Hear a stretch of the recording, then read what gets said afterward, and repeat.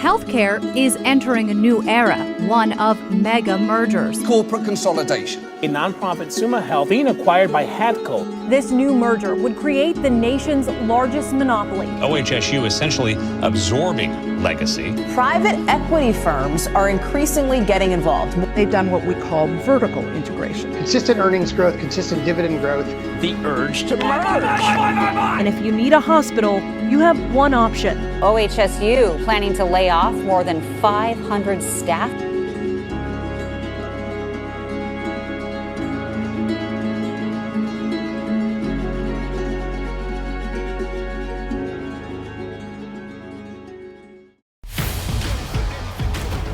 What do we need?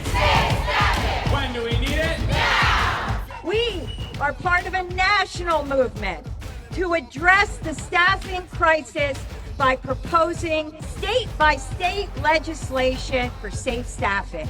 This campaign is my #1 priority. On a recent shift, myself and one other PCT were left on the floor with 29 patients. We're used as punching bags. Best case scenario, what happens is that you wait a really long time for your pain medicine. Worst case scenario is you may be dead in the hallway and nobody's noticed for a while. This is why we need state and federal legislation right now. How do we keep putting profits over people? Here's why we have unions, folks.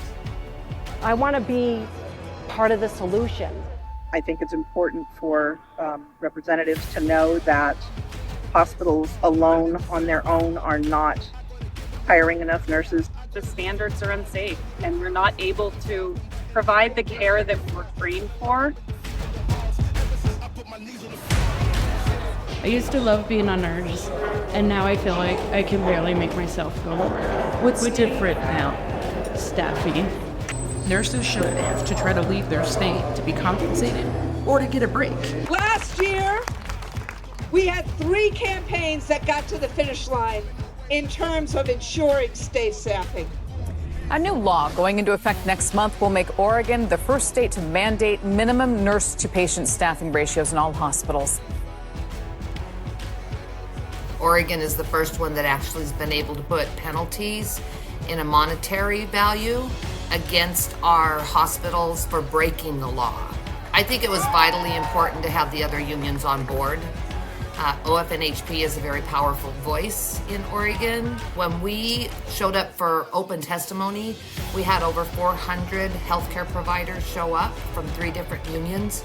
We're going everywhere we can with as loud a voice as we can to say no more profits over people. But we know that this is just the beginning of the fight.